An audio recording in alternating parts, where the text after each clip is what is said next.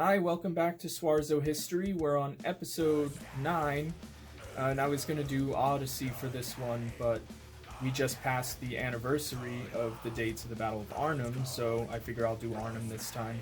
So the Battle of Arnhem was part of Operation Market Garden, and that took place in September of 1944.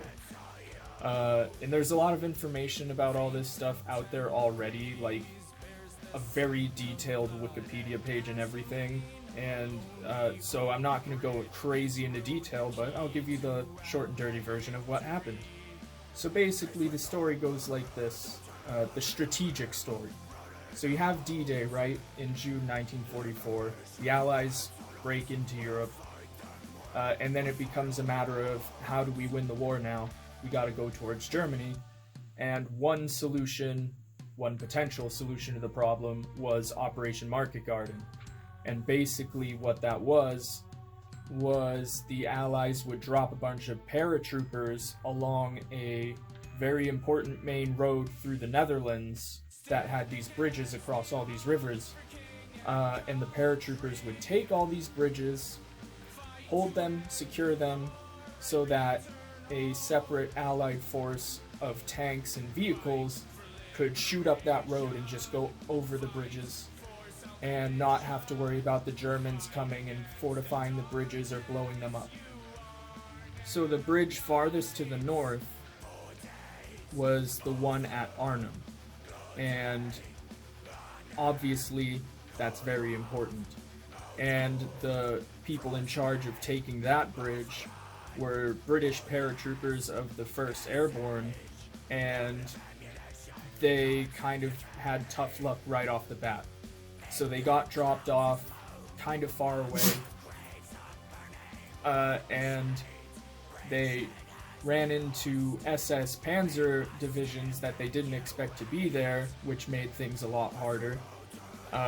And I believe the Allies had got intelligence from Dutch civilians and spies on the ground that warned them about that, but they didn't believe them. And in the end, only a very small force under a guy named John Frost managed to get to the bridge at Arnhem itself. And the rest of the British kind of got bogged down trying to get there and weren't able to support them.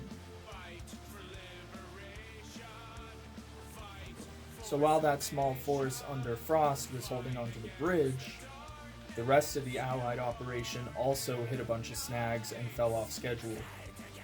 So the bridges weren't being taken in time, the tanks were going slower than expected, and basically they fell so behind schedule that the British force at the Arnhem Bridge got overrun. Basically the remainder of the British troops on that side of the river, because they landed on the opposite side of the river to take the bridge, they got stuck there, and it devolved into basically a fight for survival, where all these British troops were stuck on the wrong side of a river in Arnhem and the nearby town of Oosterbeek, and waiting for some kind of help to come get them out. The Allies tried a bunch of things, including sending in a bunch of Polish paratroopers to help them, and that didn't go so well.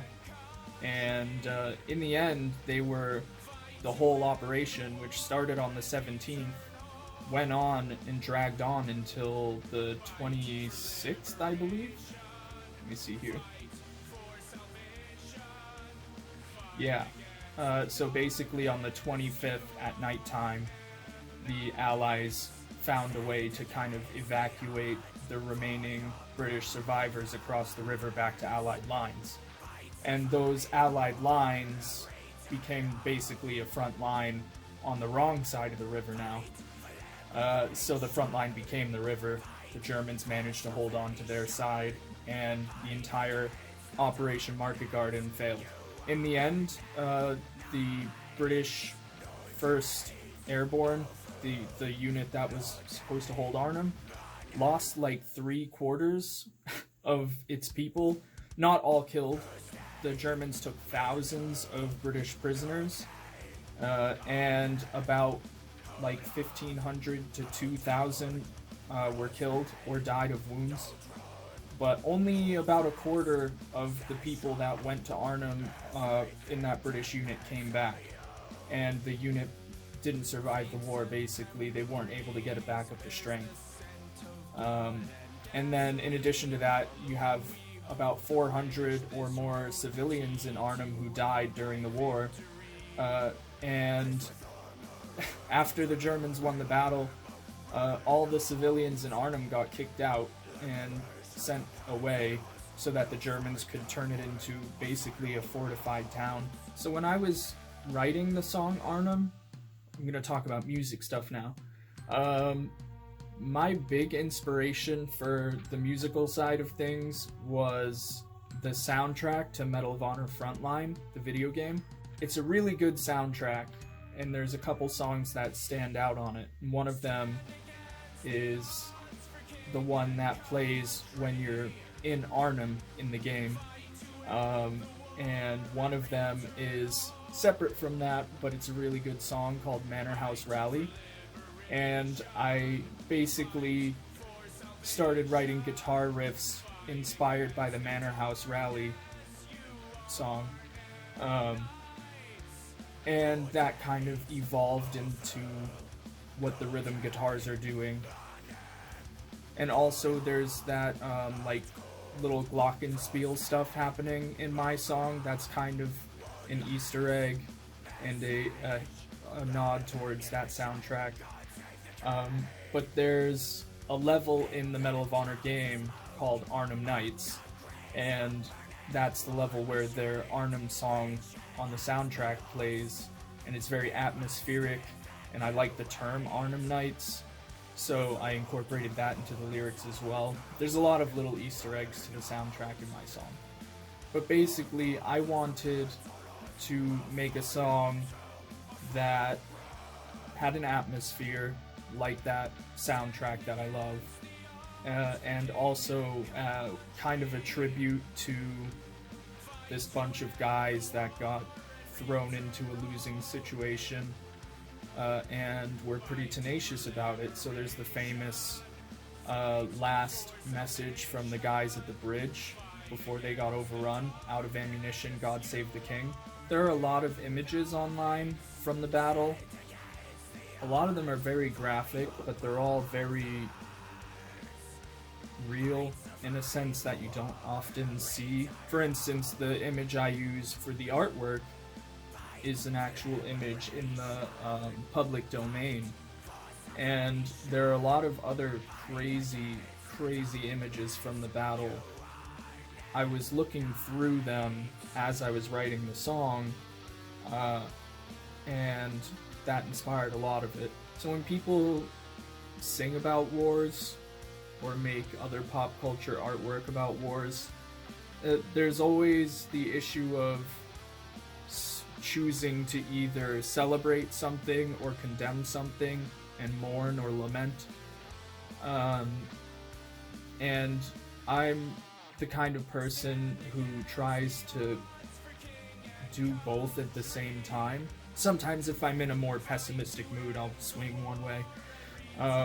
But with things like Arnhem, I think it's important to kind of try to get both. I try to get the horrible atmosphere while at the same time getting the celebratory tone of the people who were fighting. It's hard work. What can I say? I don't know. Did I do a good job? Tell me. General update on Swarzo business. I have 2 other songs that are very near complete that are going to be coming out soon. So I released Take the Cross recently, which if you haven't heard, you should go listen to. That one's about being recruited to go on crusade, and it's a pretty dark song. But I've also got 2 other songs coming out, and I'll just tell you, they're going to be about the siege and Battle of Antioch during the First Crusade. I just need to record vocals, and one of them needs the bass tracks recorded, but I just got a new bass, so I'm going to do that soon. On top of that, I'm going to be starting merch stuff It seems like a good idea because I'm broke and music is pretty much free, so I don't make anything from it. So I've designed some shirts. I haven't put them up for sale yet because I ordered some samples for me to look at them in person first to see if they're good. But once I do see them and give them approval, then I'll be putting them up for sale. Yeah, generally things are going alright. Stream numbers are not high because they're never really high, but I have more people kind of finding out who I am and taking a listen to my stuff pretty much weekly, which is good. And some of you out there, you know, listening to my stuff multiple times a day, that's amazing to me. Even if it's only a few of you, I think that's awesome. Because you're strangers, I don't know you, so I can't just say like, oh, it's just your family doing it. So thank you for that. And if you're subscribed to this YouTube channel, you're in the minority anyway. I've got like, do I even have 20 subscribers? I don't know. But yeah, thanks for sticking with me if you are watching this stuff. I'm gonna keep doing it because it's fun. But yeah, next episode of Swarzo History will be episode 10, and maybe that will be on Odyssey. I guess. It's the only song left on the Odyssey album, so it'll bug me if I don't do it. See you then.